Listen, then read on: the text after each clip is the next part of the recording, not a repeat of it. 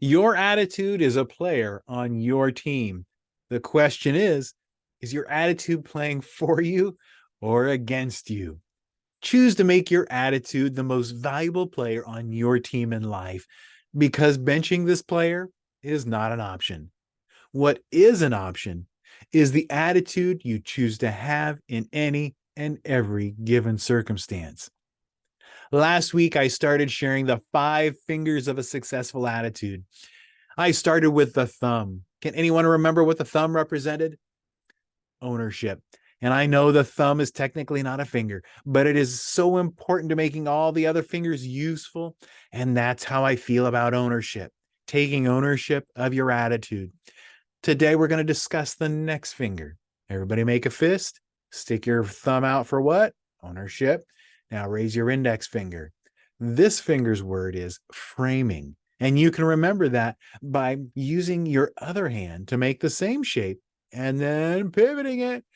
Whoa, check it out. Have you ever seen an artist or a photographer use their hands like this to crop a scene just to capture the right image? Oh, yeah, look at that. And that one, and that one. And then what's really cool is you can now reframe. Oh, man, look at that. Talk about a new perspective. Work that camera. Yeah. Reframing your perspective. I say reframing because you have already framed your life. And for most of us, it is an unconscious decision. We need to reframe our perspective. Our perspective is the way we choose to interpret the world around us and our place in it. You see a situation or a circumstance or a conversation or feeling, and you interpret those events and people to have a certain meaning. Your interpretation affects your attitude, and we have all seen how your attitude impacts every area of your life. John Maxwell says, the outcome of your life will be determined by your outlook on life, how you frame your picture. To quote an equally credible source, Qui-Gon Jinn from Star Wars, what we focus on becomes our reality. Now, not what is true, not what actually is, but what we focus on becomes our reality. Our attitudes are a reflection of what we are focusing on, not what is true, not what actually is, but what we are focusing on. Now, the word for the index finger is what?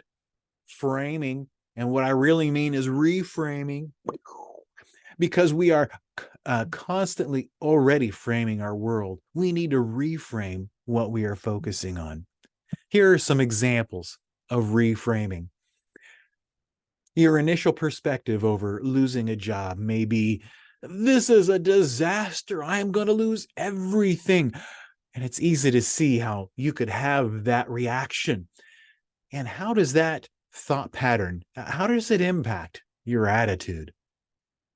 Reframing that perspective may include, and I didn't say it was going to be easy, but it may include, this is an opportunity to explore a new career path or develop more skills or increase my marketability. I'm going to be better off than where I was if I had stayed in the old place. How about failure? Your initial perspective over failing at something may be, this didn't work out the way I'd hoped. I am a failure. This is a perspective and attitude that I've had to deal with in life. But if I can reframe reframe it, failure is part of the learning process. Those that have the most success often have failed the most. I mean, who gives up on a toddler who falls while trying to walk? Nobody calls them a failure. Get up and try again. For some of us, negativity is a habit. We must retrain our brain. And like anything, it's going to take some time and practice. Philosopher William James says, the greatest discovery of my generation is that people can alter their lives by altering their attitudes of mind. Change depends on you reframing your mindset. Some action steps we can take to begin reframing our life include: 1, question your assumptions about a situation. John Maxwell has a favorite story about some kids that put some Limburger cheese on the grandpa's mustache while he was taking a nap. When he woke up, he immediately noticed the room stunk. So he went into the kitchen. Of course, the room stunk. So he went outside to get some fresh air, and it stunk outside too. He exclaimed, "The whole world stinks." Now that's an assumption worth questioning. 2, seek alternative explanations. What alternative explanations or interpretations could exist? How might others perceive this situation? What factors might be influencing their attitudes? This can be done by empathizing with others, putting on someone else's shoes for a while. We know that hurting people often hurt people. So when someone gives you a what for, rather than taking it personally and getting offended and letting it impact your mood or self-esteem, ask, what must they be going through to have responded to me in that way? 3, find the positive. It is there. There are two sides to every coin. There is no spring without winter. There are no new beginnings without the ending of what was. There are no hopeless situations, only hopeless people.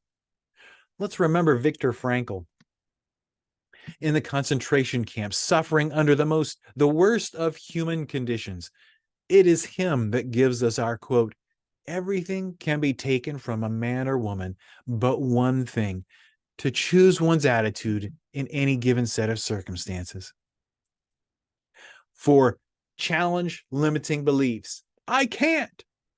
It's my only choice. It's impossible. I'll never get ahead.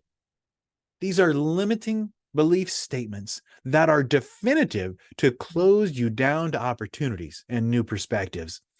They will produce in your life a defeatist attitude and a victim mindset.